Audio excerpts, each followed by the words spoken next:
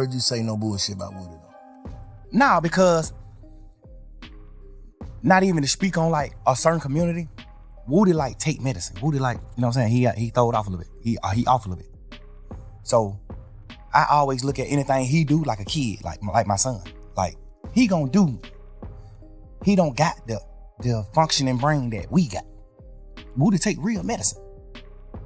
So I ain't even. Sound like you got a lot of sense to me. Yeah, but that's just. Young Thug just cracked a joke on camera about his former shooter, trying to be slick, but hold up, I don't think he realizes the fire he just lit.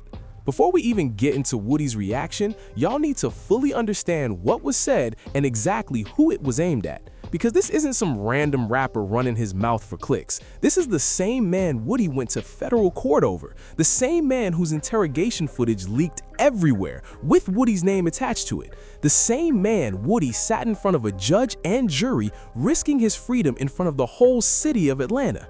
And now Thug is out here calling him slow, family? The audacity?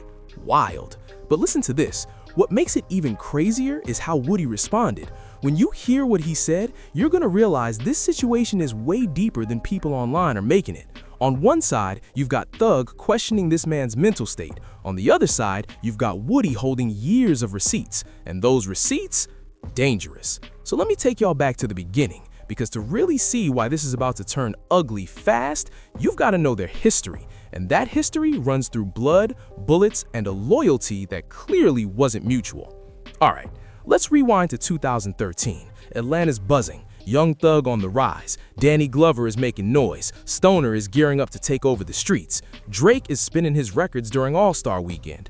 Thug is climbing fast, and over in Mechanicsville, there's a guy named Kenneth Copeland, known in the streets as Lil Woody. Now, Woody wasn't chasing rap dreams. He wasn't in the industry. He was street, period. A real one by background. Lost his father at 10, lost his mother at 17, and got kicked out of school the first day he came back after her funeral. By the time he connected with Thug, he'd already survived more than most people ever will. But here's something important. Woody always said he wasn't a follower. He moved by his own code. He wasn't hanging out in studios trying to get famous. When Thug called and said, "Ride with me," Woody showed up as himself, a street guy who operated a certain way. And back then, Thug needed that. Because in 2013 and 2014, Thug had the talent and the buzz. He had the connections and the momentum, but he was also beefing with Wayne, clashing with YFN, and moving around tension tied to the Inglewood circle. In those environments, having someone who was really about that life wasn't optional, it was protection. And Lil Woody fit that role. He was the shooter, the crash dummy on call, the one who stepped when Thug needed action, no hesitation. But here's the part nobody talks about. That loyalty wasn't balanced. Woody was the one risking his life. Woody was the one catching charges. Woody was the one dealing with shootouts, his family's house getting hit up, getting stopped by police constantly, while Thug was in the studio making hits and stacking millions. And while Thug's career was taking off, Woody ended up in federal prison serving 51 months on a gun charge. No big legal team from Thug, no serious financial support, nothing. So when Thug hops on a podcast and calls this man slow, says he's like a kid without a functioning brain, hold up, that's not just shade, that's years of uneven loyalty finally revealing itself. But before we even get into Woody's reply, we have to address the most controversial layer of this entire saga, because this is where half of Twitter screams rat, and the other half, the ones who actually followed the trial, know the truth isn't that simple. Let's deal with the elephant in the room, because none of this Thug calling Woody slow narrative exists without the YSL trial. It doesn't exist without what happened on the witness stand. So here's the timeline, straight up, no spin. In January 2015, tensions flared between YSL and YFN, Young Fly Nation, Rich Homie Quan's side. In the middle of it all is Big Nut, a high-ranking blood tied to the Inglewood set. There's a nightclub situation. Allegedly, some jewelry goes missing. A green light gets issued. Then, on January 10th, 2015, a drive-by hit a barbershop. Big Nut is killed. A 14-year-old is shot in the leg. Another man in his 20s is hit too. And as Nut is dying, his brother is right there. And Nut reportedly said, "Thug had me killed." That allegation became the spark that ignited the entire YSL RICO case. Woody gets arrested. He's interrogated multiple times, and during those 2015 sessions, he talks. He mentions Thug. He mentions a rental car. He speaks on details tied to the situation. But here's what people overlook. In those same interrogations, Woody also says things that later don't add up. He admits under oath in open court that he was saying whatever he felt he needed to say to get out of that room. He basically explained that when investigators are pressing you, you might say anything to relieve that pressure. Fast forward to 2022. The RICO indictment drops. 28 people are charged. Young Thug is labeled the leader of Young Slime Life. And Georgia prosecutors decide their key link tying Thug to the rental car connected to Nut's murder is Lil Woody. Except here's the twist. Woody doesn't want to testify. He tells his attorneys. He tells prosecutors. He pleads the fifth. He even sits in jail for a weekend rather than cooperate. He resists. They ultimately force him onto the stand with immunity, and once he's up there, he calls himself a liar. He says he fabricated things. He dismantles key parts of the prosecution's narrative. He becomes the last witness the state would have wanted. So what was that? Street code? Actual truth? A man who truly believed Thug wasn't responsible? Or something deeper? That's the question the entire hip-hop internet has debated for the past 2 years. But here's my take, and you can disagree. What Woody did on that stand tracks with how he's moved since 2015. He protected himself first, and in doing that, he ended up protecting Thug too. Whether that was intentional loyalty or just survival instinct from a man with a complicated past, that's for you to decide. The bottom line, young Thug received time served, and he walked out of jail. The state's entire case crumbled, and a major reason it collapsed is that their star witness took the stand and unraveled his own statements. And now Thug is calling that same man slow. Sit with that for a second. Alright, now let's get into Woody's actual response, because context matters here. When Vlad TV sat down with Woody after the trial, after Thug walked out with time served, after all the smoke cleared, Woody had plenty to say. Pay attention to his tone. Pay attention to his words. He made it clear he didn't volunteer to testify. He said they forced him. He claims he told them repeatedly, "I lied, I made it up, let me plead the fifth." They granted him immunity, they still put him on that stand. And when asked how he felt about Thug coming home, he said he prayed, he thanks God. He insisted he never wanted to see Thug go down. Now listen. That's either one of the realest statements a man in that position could make, or it's the most calculated image move we've ever seen. But here's what stands out to me. It's consistent. Every time Woody has spoken since that trial ended, the message hasn't really changed. Now circle back to Thug's comments and how Woody handled those. Because when Woody hears that Thug went on a podcast and compared him to a slow child, somebody on medication, someone without a functioning brain, he doesn't crash out. He doesn't hop on Instagram Live. He doesn't spin the block verbally. He responds calmly, with everything he knows tucked in his back pocket. And that calm, that's more dangerous than yelling, because Woody knows things. Woody has receipts, and he's already shown that when pressure hits, he doesn't fold the way people assume he will. He said something in another interview that stuck with me.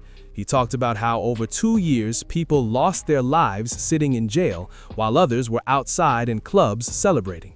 He was speaking on the senseless cycle. Some kept their loyalty while others moved on. That's what's sitting behind his eyes when he hears Thug call him slow.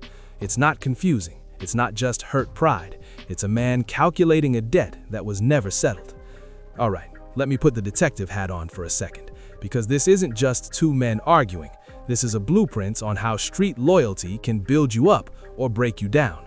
Think about Woody's own words. He said betrayal doesn't start in your mind, it grows out of circumstances. That's powerful.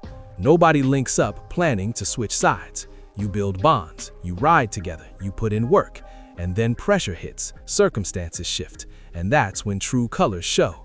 Woody was there for Thug, before fame, before the millions. He was present in the streets. He was the one taking bullets, literally, at his own child's mother's house. His family's homes were getting shot at in situations tied to the Young Slime Life business. And while all that was happening, Thug wasn't sending lawyers, wasn't sending real money, wasn't making sure Woody's family was straight while he was locked up. That interrogation footage leaks. And Woody says straight up, it wasn't the defense, it was the state applying pressure.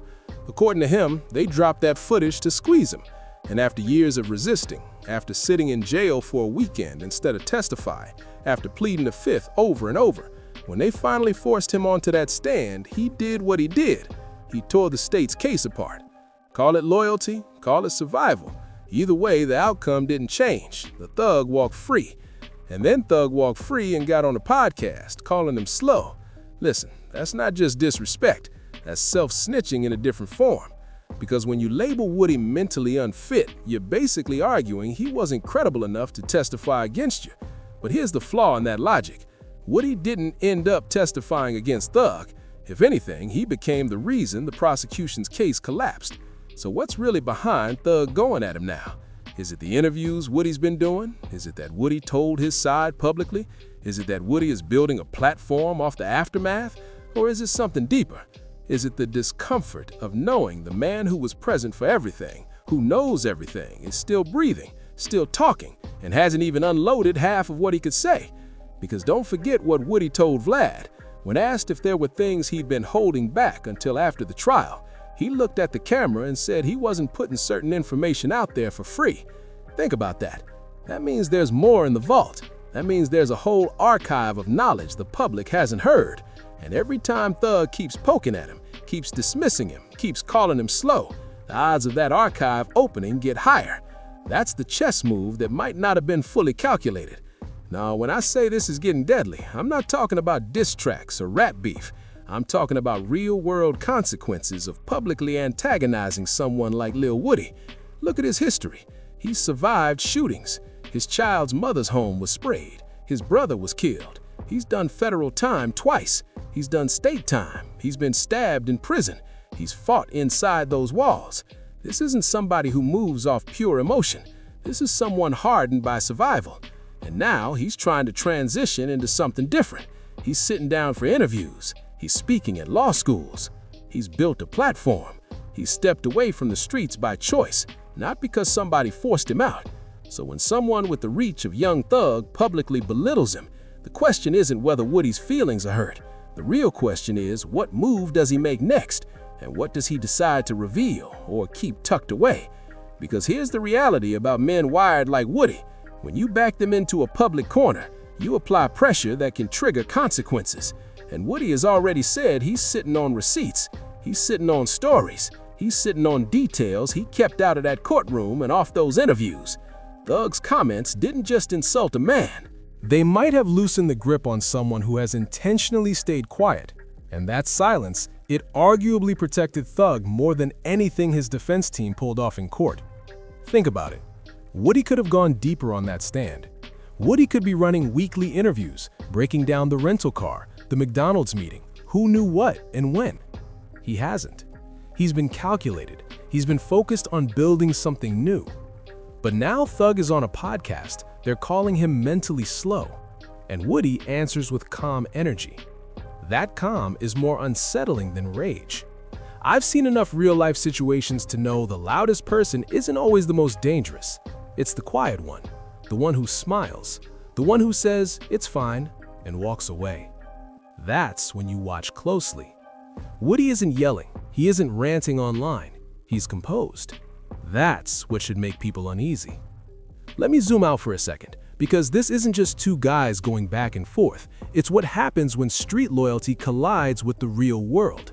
And the real world usually wins. Woody once said he wished he could rewind time and join the military. He said the only thing that helps him sleep is army movies. Think about that. The same man labeled a rat online. The same man was called a snitch by the streets. The same man who took the stand and unraveled a billion-dollar prosecution. His original dream was to serve his country.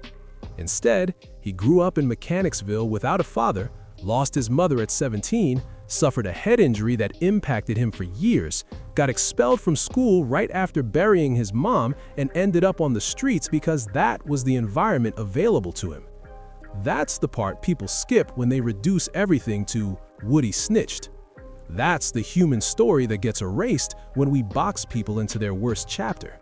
Now, was everything he said in those interrogation rooms right? That's not for me to judge. That's between him and whatever code he answers to. But what I will say is this: he's been consistent about his role. He owns what he did and why he did it. He's not pretending to be something he's not. Meanwhile, Thug is free, alive, career intact, in part because of how that witness stand played out. And he's calling that same man slow. That's the uncomfortable part of the street code nobody likes to discuss.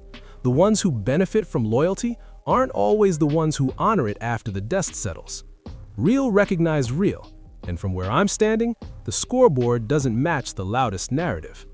Woody was the crash dummy, the shooter, the face in the interrogation room, the one who got locked up, shot at, whose family's home got sprayed. Thug was the one who walked out with time served, dropped music, and then grabbed a mic to question the brain of the man who never buried him. The streets notice that. The culture notices that. And Woody definitely notices it. So before you click off this video, ask yourself this: in the loyalty game, who actually held it down? And what does it say about someone when the first move after freedom is to kick the person who didn't fold on them? That's not power. That feels like insecurity. And if this really is getting dangerous, it's because Woody understands that. Thanks for watching. Make sure you subscribe to the channel so we can keep breaking this down the right way.